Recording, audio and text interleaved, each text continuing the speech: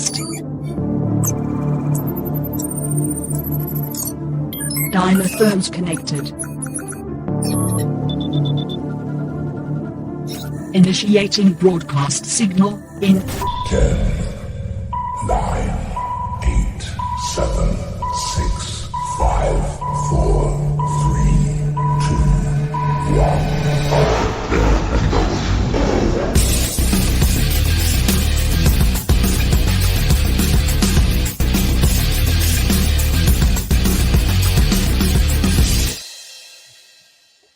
Ladies, gentlemen, and knights of the Nerd World Order, this is the Nerd World Order broadcast. I am the man that you call Dukes, and to my right, it's all about the... Booyah! What's up? It's your boy Joe. Joe, baby. And to my other right, weighing in at 178 adamantium field pounds and coming straight out of Krakoa, Alfonso X-Man Flores.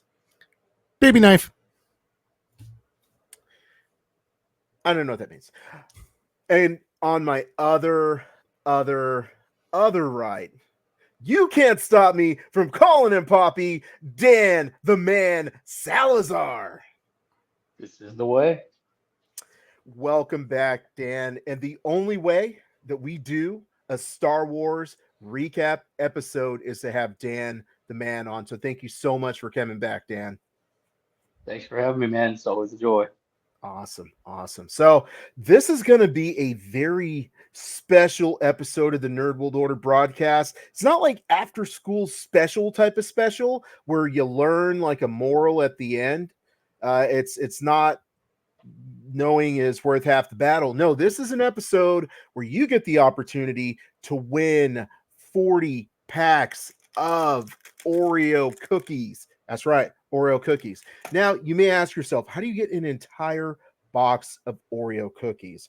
Well, what you're going to do, and I'll show you the box in just a second when Alfonso's talking, because Alfonso's going to go off on some X-Men tangent, and that's going to give me a chance to roll over and get the box. But what you're going to do is you're going to share this episode with your friends, your family, and also people you don't like. And then you're going to comment their names in the comment section. You might even at them if atting them will work. We're not sure yet. At, or will it not? See how I did that at Star Wars reference there? AT also? I don't know. But anyway, so what you're going to do is you're going to share this episode with your friends, family, loved ones, and people you hate. And then you're going to comment their names in the comments. Now, for every person that you share this with, we are going to put you in a raffle. Then we're going to do a special live episode where we do the raffle. We announce the winner. But at the end of this episode, you get to see, am I on the dark side or am I a Jedi? So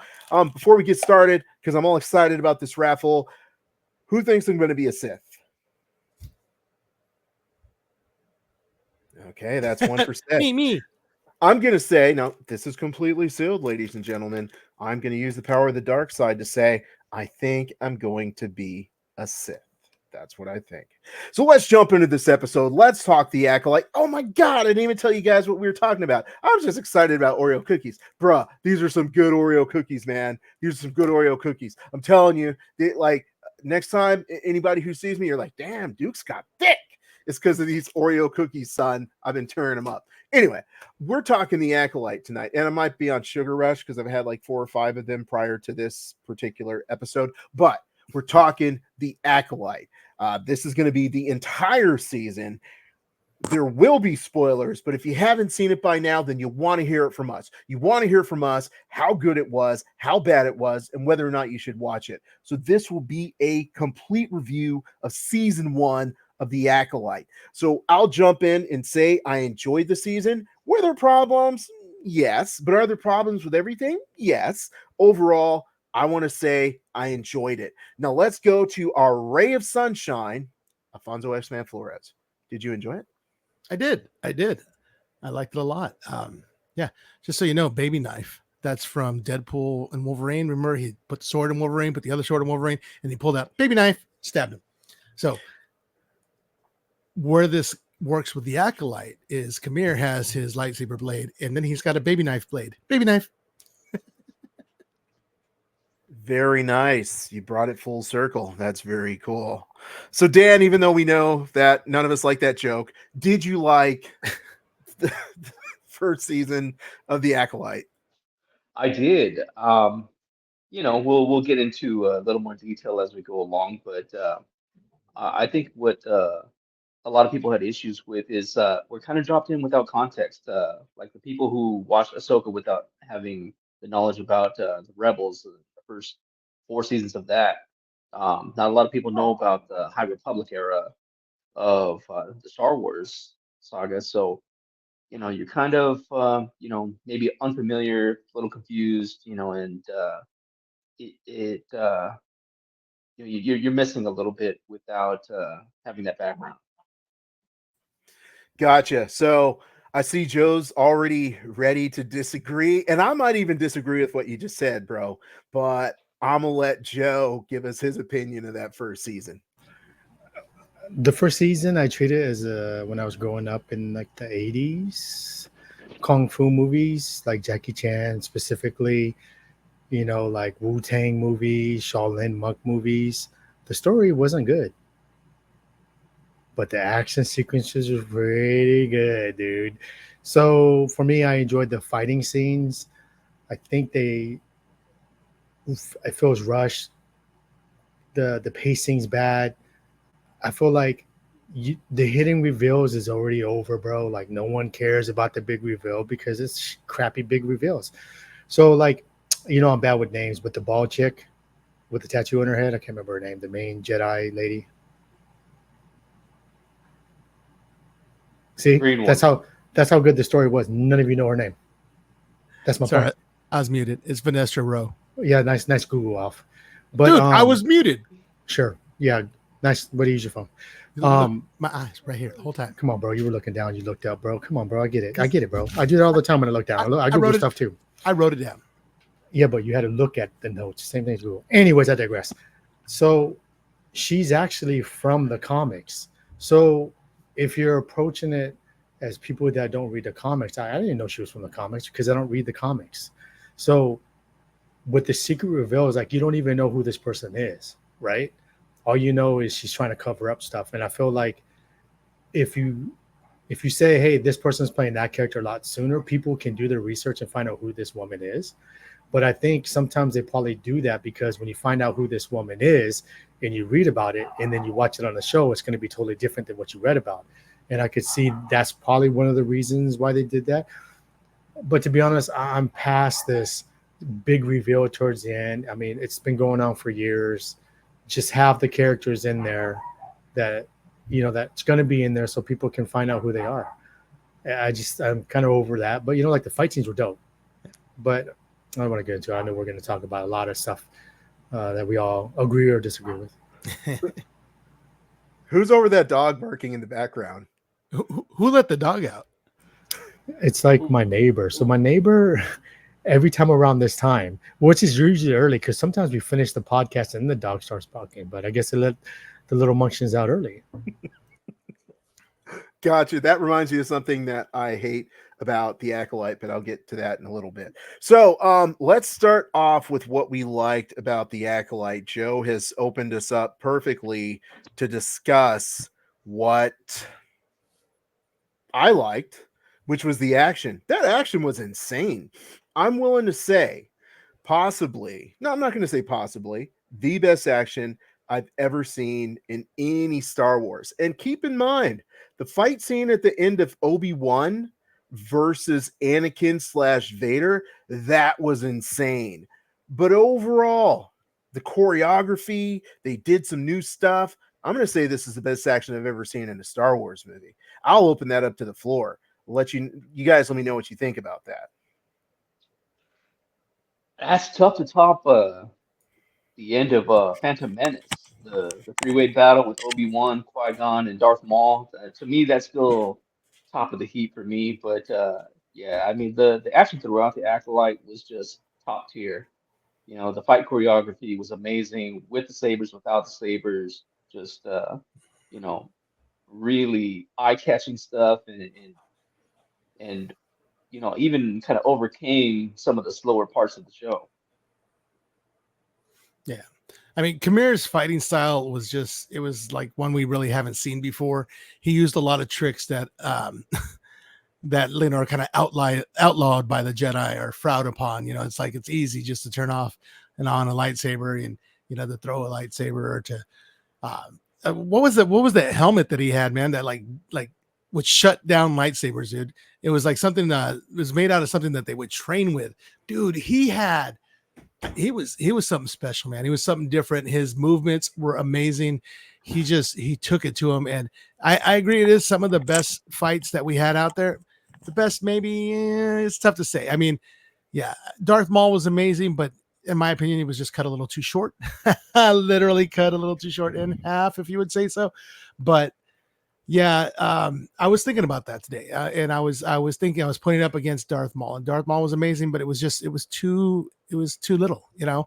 Kamir, I think 2 or 3 episodes he got to go off, and he just ran people through, and he took them out, and I mean even not is it May was tearing people up too, and she didn't even have a lightsaber, you know. She could access the Force a bit, but she was nowhere near on par with them. I mean, she'd even take people hostage just to make it so that they would have to save them so she could take them out. She was fierce. Who's May? Exactly. She's the twin. Okay. The fight scenes were dope. Like I've had discussions with people, and some mentioned the Darth Maul scene, but a lot of them mentioned the Anakin and Obi-Wan. Yeah. At the end where they're fighting.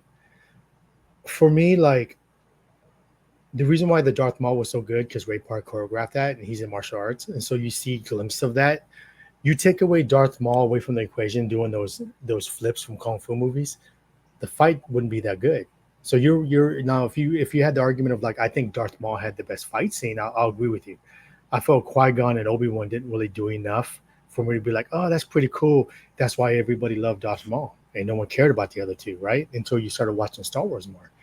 But I felt the fight scene, the Acolytes were so good. That's the only thing I was looking forward to. And for me, I love anime. I love kung fu movies. That's my thing.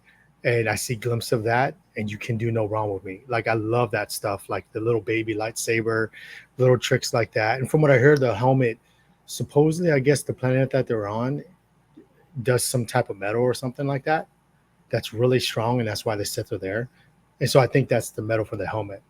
But I think that's also in the comics or the books. I'm not sure. I remember hearing that from somewhere. That makes me want to go out and get the trade paperbacks for those comic books to feel like I have a better knowledge, because I did enjoy the show. The action was definitely the highlight. But I mean, I also enjoyed meeting new characters. It's difficult for me to not talk about the stuff I didn't like, because it's like I like this, but I didn't like this, but I'll see on the stuff I like. So the character whose name that Alfonso was going to fill me in on, the Asian Jedi, which is just a horrible way to say it, but he was an Asian Jedi. What was his name, Saul. Alfonso? Master Saul. Saul. Okay, Saul. So Saul was good. cool. Saul good. There you go. Right. Saul bad. Dude, Alfonso's coming with the one-liners today. Dang. For those of you taking shots, you're already drunk. So I thought Saul was cool, and Saul got better as the season progressed, because at first you think that he's just this very straight-laced Jedi who always follows the code of the Jedi. By the end of the series, you see that there's a lot more complexity, because he doesn't always do what would be quote unquote right. He does which is in his best benefit, and then he chooses to justify it, which, if you think about it, a lot of people, and I know Joe has said this for a long time, the Jedi weren't necessarily as good as we thought they were when we were watching episodes 4, 5, and 6. And so that really shows the moral ambiguity of the Jedi, and I love that. Well, that's something that throughout the Star Wars franchise, you know, going through the prequels, even in the books in the High Republic era, gives a little more background into, you know, how their hubris ends up being their downfall, whether individually or as a whole. that they see themselves as the arbiters of what's right and wrong, good and evil. Everybody who's force sensitive should be under their supervision. And you have people who revere them because they can help them. They're the heroes. And then you have the other side who resent them for it and who, feel like, why? Why are you guys, and the way that they overstep and justify it, as you said. That's so interesting because I would say I don't get that out of episodes 1, 2, and 3. I feel like there's a little bit more of that in the sequel trilogy, I guess you can call it. But I think for me, at least, I need to go back and get familiar with that High Republic a little bit more, because it seems like they delved into the Jedis a lot more. And they're, as far as ideas, it seems like they pulled from that. Is that right, Dan? Yeah, I would say so. If you really want to get familiar with it, there's a trilogy of books: Light of the Jedi, Rising Storm, and Fallen Star. Great stories, really great writing, and again, it kind of shows you the different types of Jedi that exist even in that time. The more impulsive ones, the more you know uh, disciplined ones, the ones that are getting more tied up in politics and drawn into that realm, as we end up seeing in the prequel trilogy. And again, you have the opposition, whether it's the Sith that are lying in wait, or other kind of opposition that they come across. That that's what builds that resentment and that those are enemies against them. Interesting. That's so interesting because I feel like in the previous, I'll say, episodes of Star Wars, they always tried to make the Jedi look very noble, but as you're talking about these Jedis with all their complexities, it makes me wonder, like, so were there great Jedis? Because I feel like I look at Mace Windu and Ahsoka as great Jedis. Maybe they're not canon wise, but I see them as not being that traditional, like, oh, we have to do it this way. And basically what you're saying is that, based on what I'm hearing, Ahsoka and Mace Windu weren't necessarily like the first Jedis to really question what they were doing and want to move in a different direction. Is that right? Well, I wouldn't necessarily put Mace Windu in that. He was a member of the Jedi Council, so he obviously went with the flow enough to where he had that kind of respect and he had that kind of backing of the rest of the Jedi to make the decisions that he wanted to make. I would put Ahsoka in with Qui-Gon, in the way that he didn't totally buy in, and some of that might have had to do with obviously Count Dooku, being his master, and them kind of seeing whether it's the hypocrisy or the hubris or things like that that just kind of pulled them away from those rigid philosophies. I'm not sure if I'm just going to restate what everybody just said, but the thing of it is, with the original Star Wars movies, we didn't really get to see the Jedi. We only got to hear about accounts of the Jedi, right? With the exception of episodes 1, 2, and 3, but it was so very little of that. You got to hear Yoda talk about how great they were, Obi-Wan, talk about how great they are, what Luke Skywalker thought they were and what he wanted to become because he thought he was going to be like him. But we don't really get to see how the Jedi were and how they interacted with everybody, what they did. And they, they kind of sat on a pedestal and they looked their nose down on people, in my opinion, as we're starting to find out more and more, because, they're better than everybody else. But it's like, who are you really if you're giving up all your emotion? You got to have that. You got to have that to be a person. So it's a very interesting dichotomy with all of this. But, in actuality, we really didn't get to see that much of the Jedi. Episodes 1, 2, and 3, we saw some of them, but it was just a very small glimpse of it, because they focus more on the story. So as a whole, I mean, who really were the Jedi? I'll tell you who the Jedi are. The Jedi is that parent that catches their kids smoking weed and tells them that they shouldn't smoke it no more, and then go right into their bedroom and start hitting that pipe. That's what Jedis are. Don't do this, but then they do it. What cracks me up is when Luke was in his TIE fighter or his X-Wing fighter, right?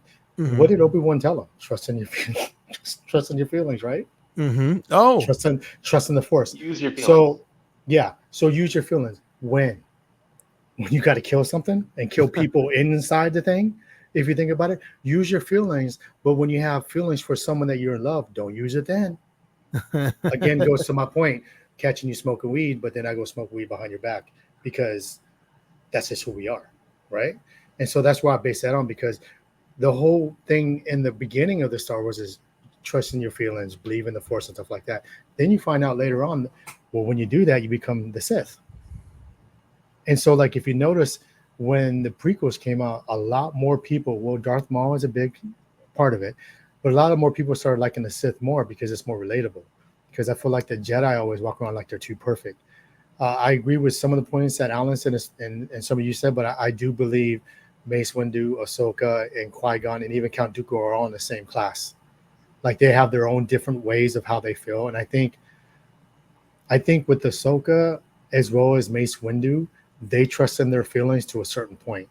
And that's what lets them teeter that line between lightness and darkness, I think, because they both have demonstrated certain paths that they could take, but then they come back. But I think that just shows you how much mental I think it would take to be a Jedi, because the Jedi trained you to be a certain way, and people that turn into the dark side and hate or envious of the Jedi are always the people that don't believe in their philosophies. Like, they did my boy Assault, dude, kind of dirty, because we were doing comparisons to Qui-Gon, and then in the next episode, he's just a whimpering crybaby.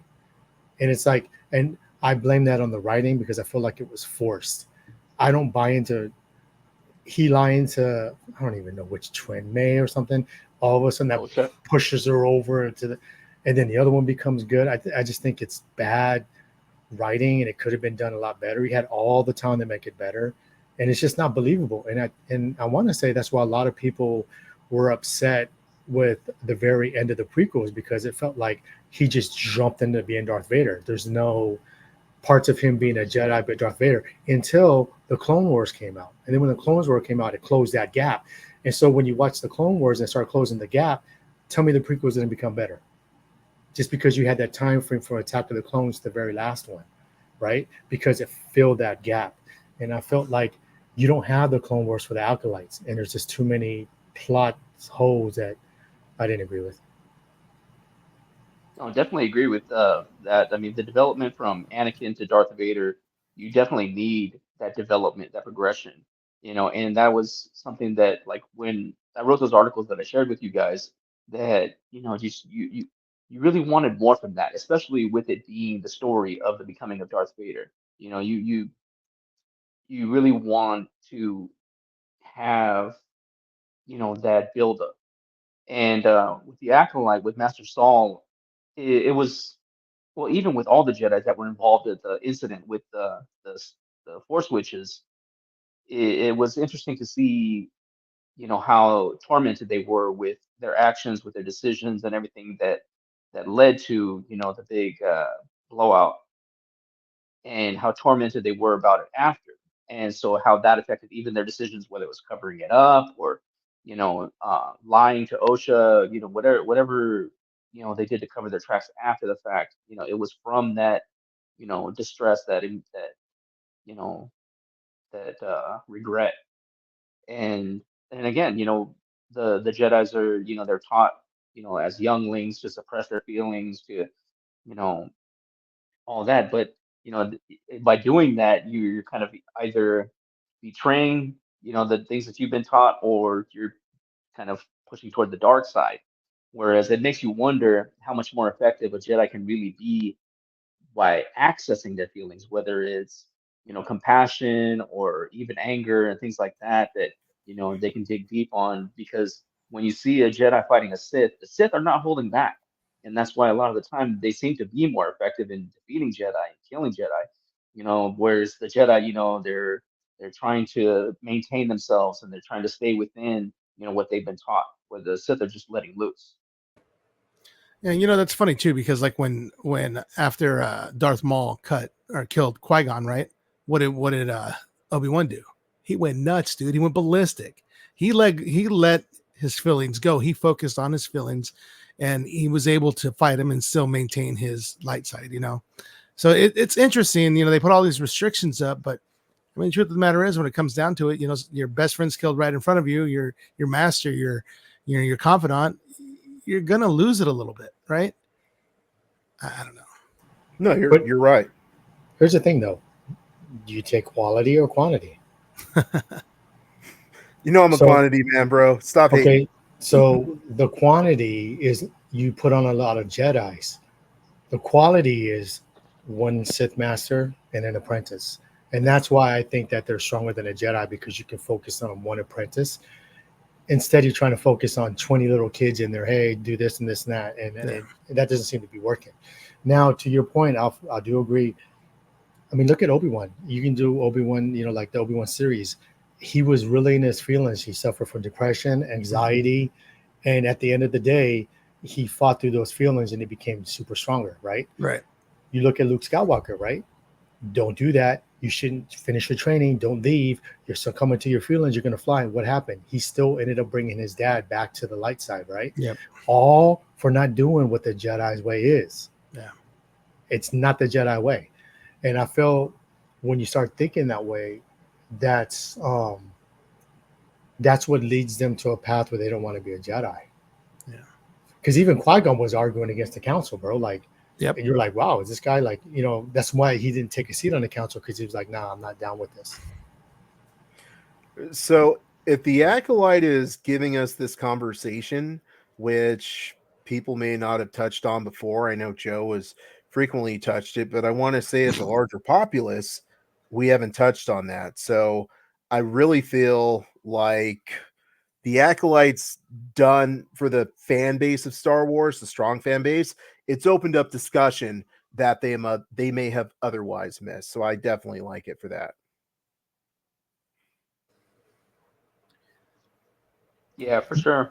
But as far as like even going back to the things that we might not have liked about it, you know, the pacing obviously affected the storytelling, and so you know they're flashing back and forth, and while you know they maintain the mystery of a lot of the story up to the end is like what actually happened in that night and with the fire and the whole, you know, eventual unfortunate massacre.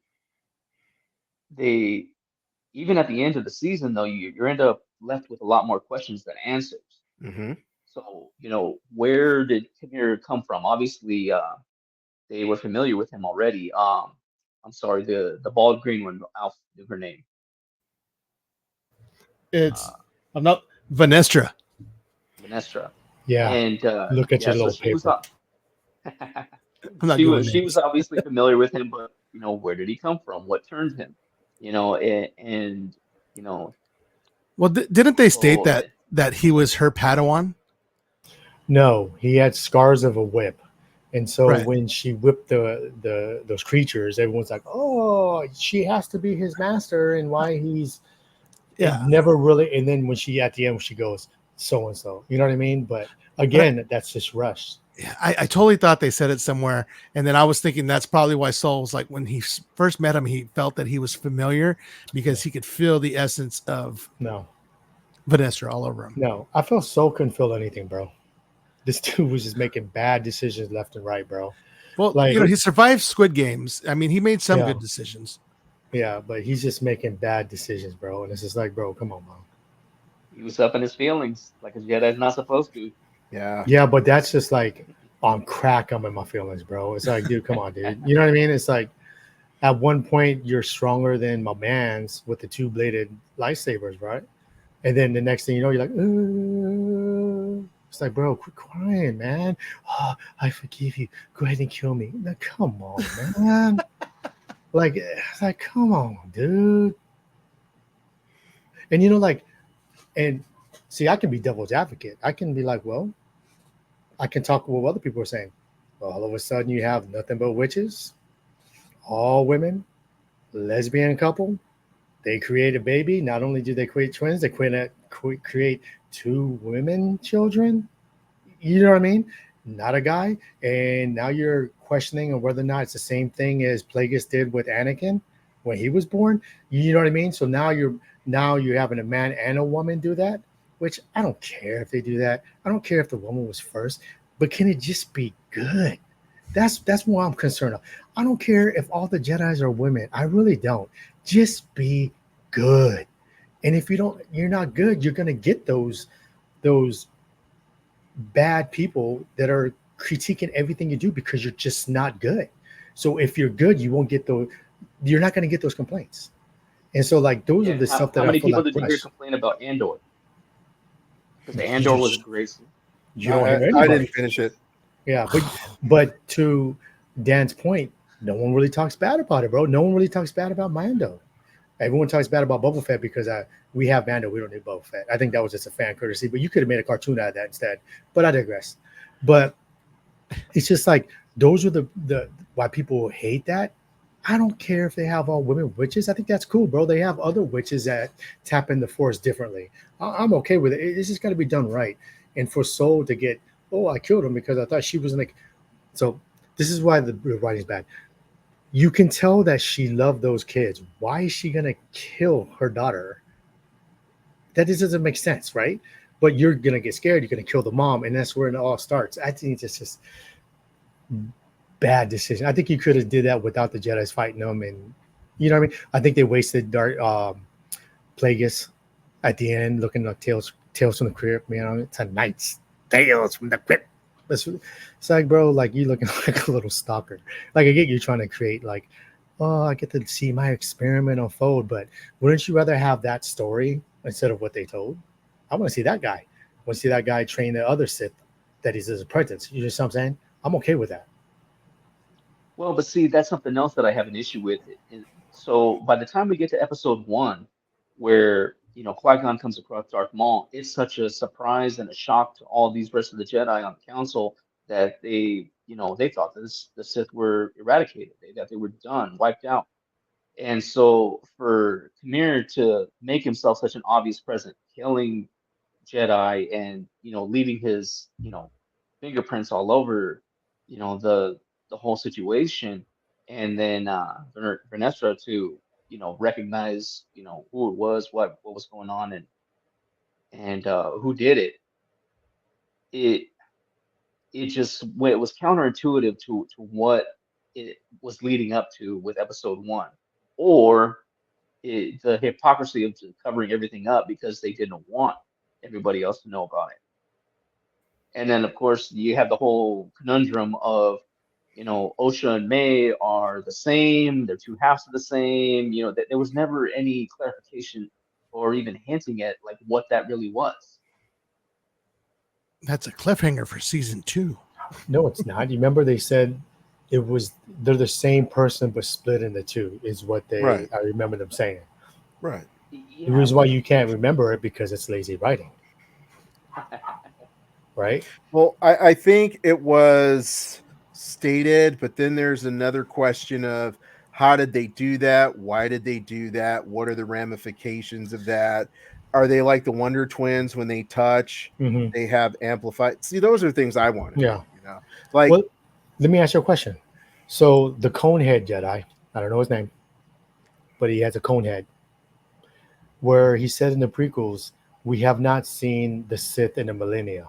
So that's another thing that people had issues with because that's not a millennia, it's over 100 years. Mhm. So now, are you going to make my boy Yoda even like a bad Yoda now? Because one, I have an issue with, like, you're going to know when Order 66 goes across the galaxy. So you're telling me 100 years different, you're not going to know when 10 Jedi get killed? All of a sudden, you can't feel it. It takes you 100 years to get to that. It's That's what I have a Coyote problem. Monday. And second, if that lady tells Yoda, does Yoda lie? Now you're gonna have issues with people going, did Yoda lie? Because if Yoda's a part of the council, then they should know. And the Conehead dude, I don't know his name, please forgive me. Don't come at me. Coyote Monday. Yeah, the Conehead dude wouldn't have said what he said. Yeah, and Somebody again, got it runs counter to its own canon, and that they've already established, and they're for all the stuff that they wanted to throw away, that like that they said that like all the books, the Old Republic, all that stuff when Disney bought it, like all that stuff is not canon anymore. It doesn't exist. It's like, okay, well now you're kind of you know conflicting your own canon that you established now. Yeah, so what are you doing? I will say this. All will be explained. Every Star Wars fan will have a smile when they have season 2 of The Acolyte. All will be explained. I'm a regular I like it. Kevin Feige right now, bro. I was impressed with that myself. Bro, like what I don't understand is, Filoni has done such a good job connecting it, and I want to say cleaning up the plot holes in George Lucas's story that he created. And I feel like because he's really good friends with Lucas, so I figure he's always having Lucas like, hey, what do you think about this? So you get the actual thought of the guy that created the story, where he thought characters should go, right? And over time, I feel like the more you think about it, the more I would do this instead. I would do that instead. I didn't like the way I did that. And you telling me he's not telling it to Filoni? Like, I wish I could have done this, and Filoni's going to put it in there. And I feel like if you're going to do anything Star Wars in the future, you need to have Filoni overlook it and be like, that's not going to work. Do it this way. Because the one thing that I do notice about Star Wars fandom is they never talk bad about Filoni. And so, like, if I'm Disney, well, I'm going to use this guy. But Disney doesn't care because he's going to make the money no matter what. But I feel if you do what Ryan Reynolds did and let him do that thing, I think they're on their way to make $1 billion, bro. And so, like, they let him do it his way, right? Like Frank Sinatra, he did it his way. And look at what's happening. And I feel like if they gave Dave Filoni that reign that you control Star Wars, what do you think about this? And you can even use I forget his name right now, Jon Favreau. Yeah, Happy Hogan. I'm so happy I remembered that. You can use those two to oversee the whole Star Wars universe. So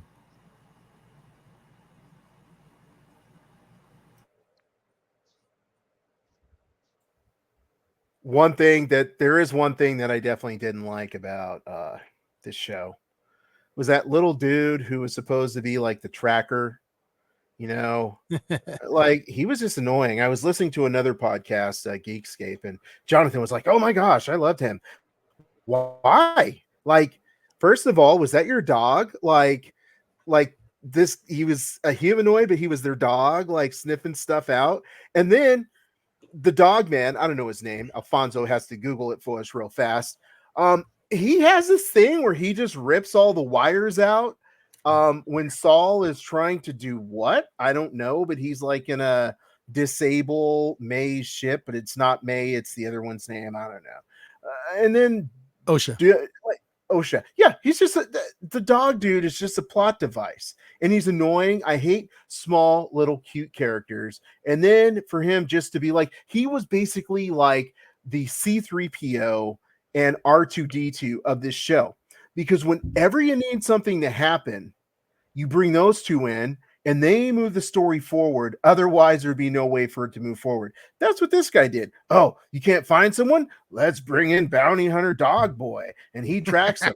Oh, he's on the ship with you, but you need everybody to it just so happens we all crash land on the same planet. How does that happen? Oh, let me rip out these wires. Hated that dude. Another thing, bro, like, okay, so the tracker knows that that's not May, or that is May. I'm confused. Whatever. The tracker knows that that's not May. So when I was watching, I was like, to your point, why is he sabotaging the ship? Shouldn't he go tell Soul, yo, that's May? Like, because didn't they bring you there to go track him? Like, don't you think he'd go with them like, hey, yo, May's over there? Like, I never understood them doing that. But to your point, it's lazy writing for them to all end up on the same planet. Yeah. I mean, don't get me wrong.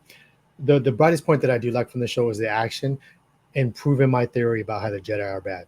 So I'm cool with that coming out of that. You know what I mean, dude? So, I mean, Star Wars is still, it's a kid's thing. There's a lot of really cool stuff in it that adults love. But, that was the biggest problem when 1, 2, and 3 came out. Everybody who watched 4, 5, and 6 and grew up with that is like, oh, that's not my Star Wars. It sucks. It's too childish. And then the kids that watched 1, 2, and 3 and grew up with 1, 2, and 3, they grew up and they're like, no, it's actually quite good. And this is why. And then our generation's kind of like, oh, well, I guess I could kind of see your point. I mean, not us, not you, not him, but people, like the people. Alfonso, whether you're a millennial, you're Gen Z, Extra or the crispy. Pepsi, or you're the Pepsi generation. Nobody liked 1, 2, and 3. We liked Revenge of the Sith, right? Mhm. That's True. it, right? The third one, Yeah. Revenge of the Sith. Yes. Yeah. Oh, come on, Danny. That one was Danny. good. He had the high ground. Come on, bro. Yeah. But that was the Yeah. only thing good, though, right? Yeah. The Not whole my movie Darth No, was Vader. good. Dude, we Not got my Darth Vader. we got Darth Maul out of that. All right. We Okay. got Misa being Jar Jar Binks. Okay, see, you're proving a point. Mhm. No, but we But- did get Darth Maul. We did Well, get a young Obi-Wan From Kenobi. episode 1. Yeah, we Not got him Revenge of the Sith, though. in the rain, calling in, making that phone call. We got the speech from between Obi-Wan and Anakin Skywalker, where they're like, you were supposed to be, dude, I don't know. There's a lot that's kind of pretty epic about it as you think about it. Because I don't know how many times you watched it. I know you guys watched it and hated it. I've watched it. I've watched it again with Emma, and I'm watching it again with Nate. So it's like I'm getting bits and pieces again that I'm like, well, look at it for a different set of eyes. Everything's not going to be the same. It's not. It's not going to be the same. You don't Everything. What? You don't have to be the same. You simply have to be good. Mhm. Okay? I can look at Melissa McCarthy and be like, baddie. I can look at Megan Good and say, Joe thinks she's a baddie, right? Completely different, but they're both good in their own way, okay? Because they're both good. Mhm. Now, on the other hand, when you look at episodes 1, 2, and 3, it's just bad. That's all there is. There is no, but if you're this sort of person, you might, no, it's just bad. It's different and it's bad. You fail 2 ways. You're different and you're bad. Roger. But you know what, though? That does transition to another thing that I liked about the Acolyte. For as much as we wanted that progression and that build up for Anakin to Darth Vader, we got that actually with Osha. And they even kind of give us a little bit of a swerve there where, we thought May was the bad one, Osha was going to be the good one, she was going to come through. But she figured out that she was being lied to, that she was being deceived, that she was being pulled in a direction that, was manipulated. And we saw that culminate in that anger and that hatred and that rage that not only drove her to killing Saul, but corrupted the Kyber crystal right in front of you. And that was like such a cool thing to see. It's beautiful. So, Cap. yeah. Cap, bro. You're What do capping. you mean, Cap? Dude, that was awesome. You're capping, bro. Okay. So, for as much mythos has been put into that, whether it's how long it takes or who can do it, whatever, that having that as an illustration was just a really cool demonstration of that kind of imagery of like what happens, what it can do, and how powerful that hatred and that anger and everything that they talk about in the Sith, how strong it can be to do that, to corrupt something like a kyber crystal. Yeah, I'm gonna call Cap. Let me explain why I About call what? Cap. About what? Sure, go. It's rushed. So you waste a whole episode on a flashback that no one cared about. Now, if I was a writer, me personally, I would use that flashback to show the relationship of how May or Osha did become a Jedi when she was a kid, then prove to me how her feelings are conflicted about her mom dying and show Soul Lion to build that up. They wasted a whole episode on a flashback that no one cared about. 2, I could be devil's advocate and be like, oh, because she's a woman, she's able to make that thing turn red faster. Where if you read the books that are canon, it takes them a long time. They don't do it that fast. It's gradually over time after you kill a Jedi for it to turn red. But she did it quickly. And I could sit there and be devil's advocate, oh, because she's a woman. So now you're trying to prove that a woman's strong? That's why I say it's lazy writing, because I don't believe how fast it took to get to that because there was no buildup. Now, one can make an argument that episode 1, we didn't need baby Anakin to the whole movie. You could have did a quick, and it was like 2-something hours of Star Wars. You could have did like a quick half hour of you finding him, freeing him, and then do a time skip. And then you have more time to show how Anakin became who he was until Darth Vader. It happened so fast in Revenge of the Jedi. What fixed it? Dave Filoni showing you the side of Anakin throughout the Clone Wars, right? how the relationship with Ahsoka, Obi-Wan, and all that stuff. So now when you watch Revenge of the Sith, it's even better because the Clone Wars helped establish that. Without the Clone Wars, what was everyone's argument? They hated Hayden Christensen as they thought he was a whiny baby. They didn't believe how fast he turned into a Jedi or a Sith. That was all the arguments. But who fixed it? Filoni fixed it with Ahsoka, and now everybody loves Hayden Christensen. So when I go take a picture with him in LA, I'm gonna be like, look, bro, I've always been a fan of you, bro. And these haters didn't like you until you came out with Ahsoka, bro. I just want to say, yo, bro, and I loved you in that movie Jumper. Shout out Hayden Christensen. So would you have rather the Star Wars movie came out perfect, like the way you want to describe it, and then we would have had no Clone Wars? I mean, I like the fact that we had the Clone Wars to clean that up. You know, it was very entertaining. Maybe, but the storytelling throughout you had 3 movies to tell the story. Yeah. And you had a whole movie of him being a little kid, the whole second movie of him being a whiny teenager, and that you didn't need. Right. And the third movie, like for the most part, he's conflicted, and then in the last half hour, I'm a Jedi. We have to bring him to justice. Oh no, wait, he can save my wife. Let's kill some kids. Right. Totally It's agree. like, Totally agree. It's just like lazy writing. yeah, I don't it know. was They just, it needed was him just to too be much of a jump. right. They needed him to be bad right away. He killed a bunch of kids. It worked. Right, but to have Palpatine burrow into his head more, to have him have more of a Right. codependent relationship with Padme, just like lots of little nuances and subtleties that could push him further in that dark direction, and then eventually get to that point where he realizes that it's everybody against him. Palpatine's the only one who understands him, and there's even the one who he trusted the most, and Obi-Wan is betraying him. It's like it could have all built up to that big massive climax, Dude, and instead it just took a jump from point A to point D. if only he had an Oreo to tell him whether he was light side or dark side. If all. I mean, guys, all you got to do is lie about how good it is, and then I'm gonna get so mad my lightsaber is gonna turn red. well, Wow. that first of all, they are amazing Oreo cookies, my friend. Amazing. I don't Yes, believe sir. you, so. I don't believe you, Yes, so. sir. They're I'm gonna amazing. take a bite and go, and then just turn red, and then Alan's gonna look at me. Go ahead, I forgive you. Come on, bro. It's so bad. When you dude. see your boy You know what on, though?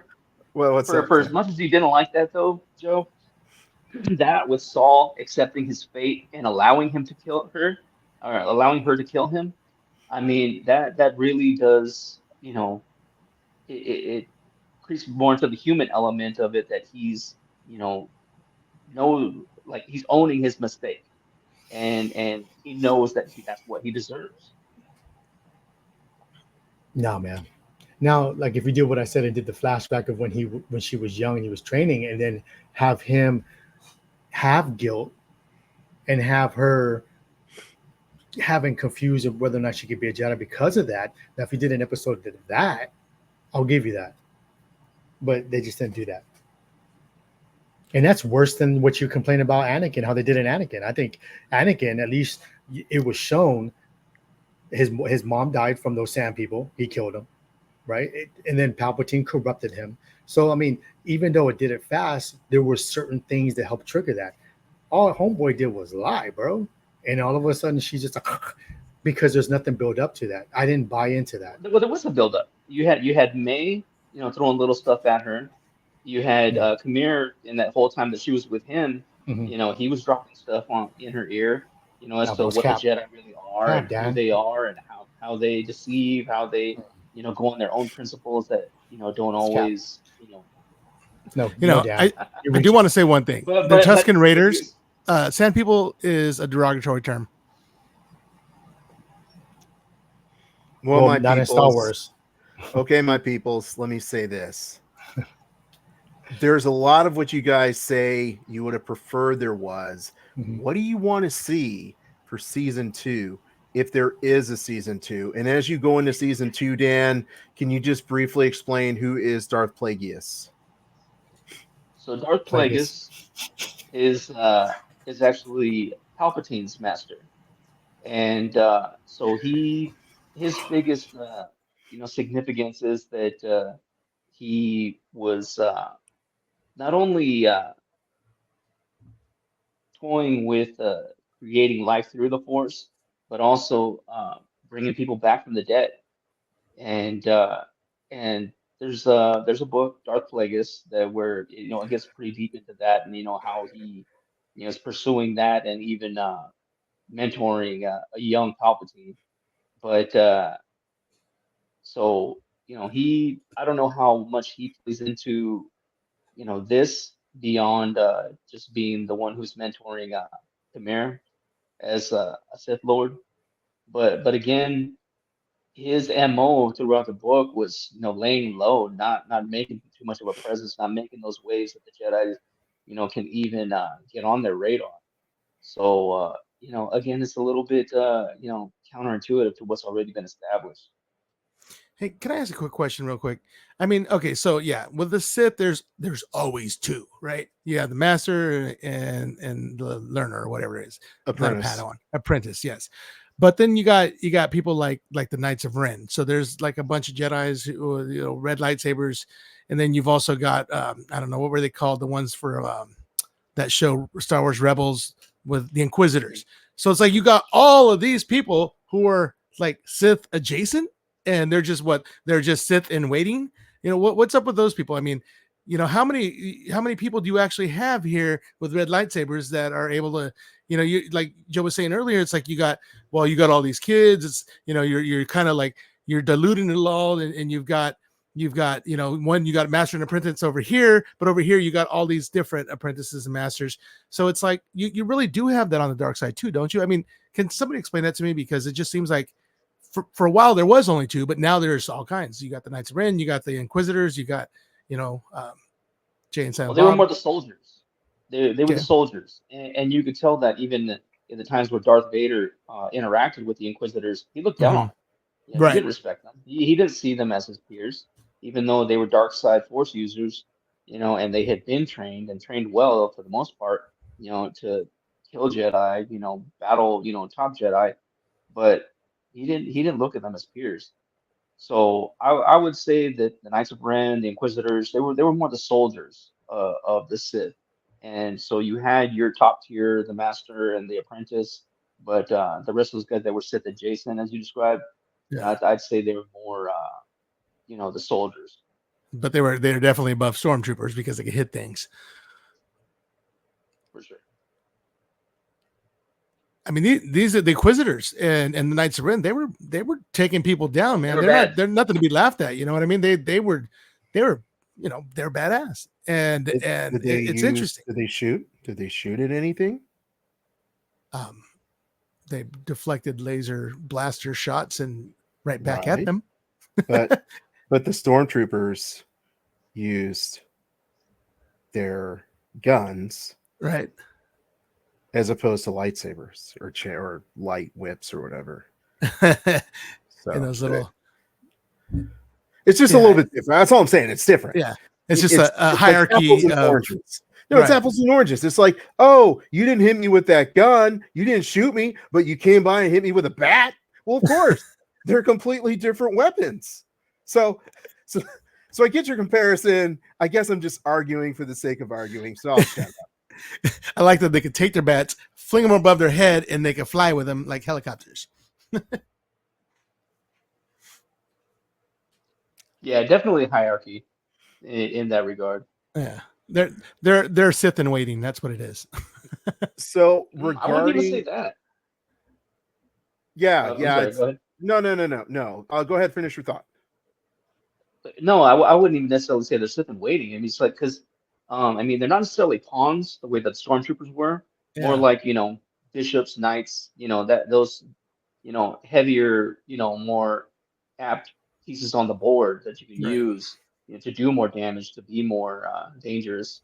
But I don't think they ever were really viewed as potential Sith lords. Yeah. They were just pretty much Darth Vader. He did a lot in the books and the comics. Mm-hmm. He always ventured off and had his own little crew that he would find Force users himself and train them himself, Boys.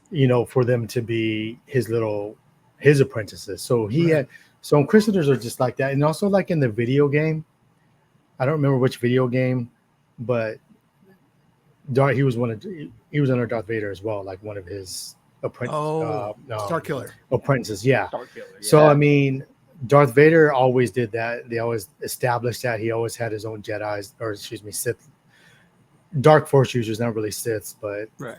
doing his bidding and obviously chasing Obi-Wan.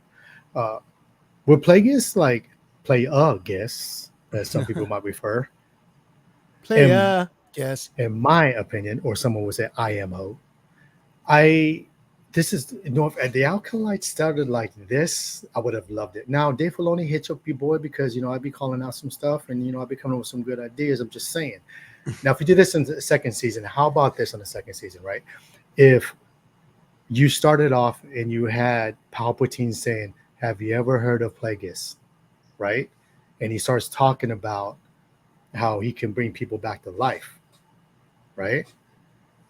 Then you focus on Plagueis.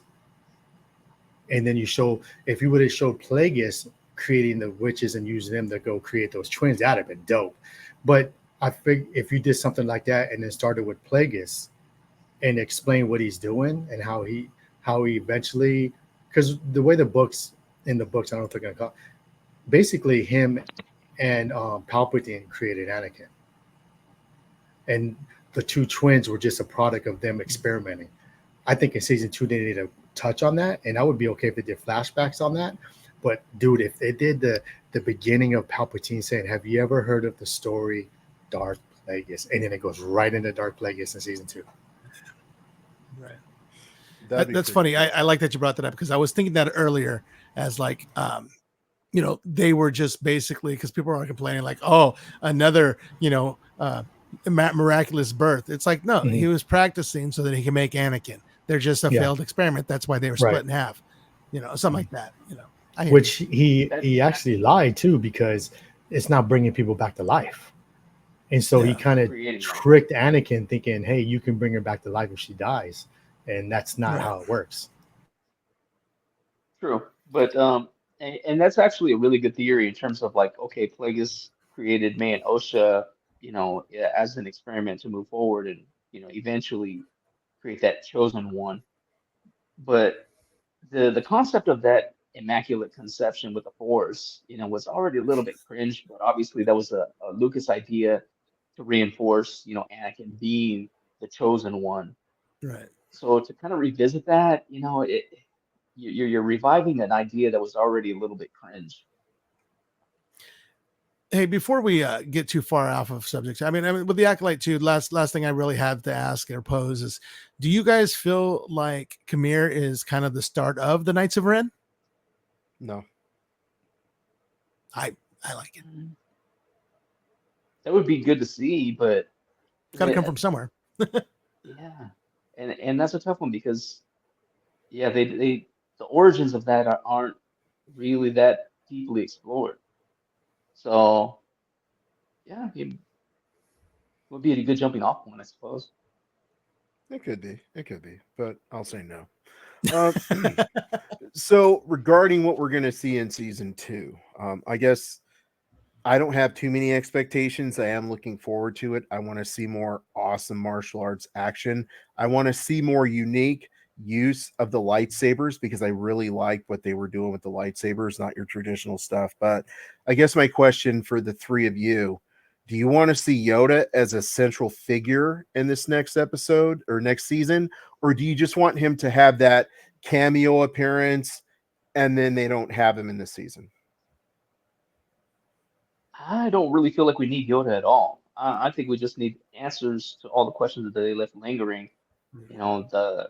How Plagueis, what he had maybe with what he had to do with the creation of Man Osha, Khmer, his turning to the dark side, and what the fallout is from the cover up. Renestra and the other Jedi, essentially lying to the Republic officials. I mean, I'm happy with Yoda just, lingering back in the background. He's the man in the chair. He's giving the assignments. He's checking, people are checking in with him, letting him know what's going on. And that's pretty much it. He doesn't, I don't think he needs to, I mean, he's still an old man, even though it's 100 years prior, he's still an old man and he's tired. He's getting too old for this. Oh, wait. Awesome. So before we go on, because obviously we're rounding the corner, I just want to remind everybody, if you want a 40 box of Oreo cookies, share this episode with your friends, family, loved ones, people you hate, and then comment who you shared that with in the comments. Comment in the comments. And for every person that you comment that you shared, don't go on the dark side. Don't lie about it. Remain on the side of the Jedi, lie about it like Saul did. Ah, damn. So just comment and we'll put you in a raffle. We'll do the raffle later between now and the next episode live. It will be live and direct. We'll do the raffle. Everyone will be able to see who the winner is. Now, that being said, before we close it out, who thinks I'm a Sith? Alfonso thinks I'm a Sith. We have 2 people that think I'm a Jedi. I'll go with Sith. Okay. Yeah. Light side. Okay. I can guarantee it's going to be Sith because I've had like 100 of these and it's like 90% Sith. So let's see. 90% Sith. Here we go. He's a baddie. Bam. I am once again a Sith. Eat it. I don't know why Alfonso said I'm Melissa McCarthy, but yes, I am a baddie. Oh. Yeah. Yes. Bro, you don't look like the face of something that tastes good. You look like the face that just got done watching Acolytes with no action. Give us the Oreo smile. Give us the Oreo smile. Use it. Use the hate. I have to mute because this is so good. Oh, by the way, Oreo twist. Boom. Boom. Look at that. Look at that. No, even though this is PG-13. And yes, Dukes does have an OnlyFans. It's called Only Dukes. Only Dukes. I'll let you guys take it from here. Once again, if you want 40 of these bad boys, share with your friends, share the episode, comment below. Gentlemen, I'll let you give whatever thoughts you want on season 2 of The Acolyte. I'll let you close it out. I'm going to say Manny Jacinto was a friggin' beast. He tore it up. I hear he even had a lot to do with the choreography and the fights. That's the guy who played Khmer. He was great. Your thoughts? Yeah, for me, like, watch it for the action sequences, man. They're pretty good. If anything, just watch it for that. And if you can just ignore the storytelling and just appreciate the fighting that it was, I feel like they put more emphasis on fighting. So if you like fighting and stuff like that, I would watch it just for that. No one wants to see that, bro. Action was outstanding. Action was outstanding. And even if you just Wikipedia the whole season up to the final episode, the finale was really worth it. And this concludes this episode of the Nerd World Order broadcast. So until next time, ladies, gentlemen, and knights of the Nerd World Order, I'm NWO. We are NWO. Nerds Redefined. Oh, yeah.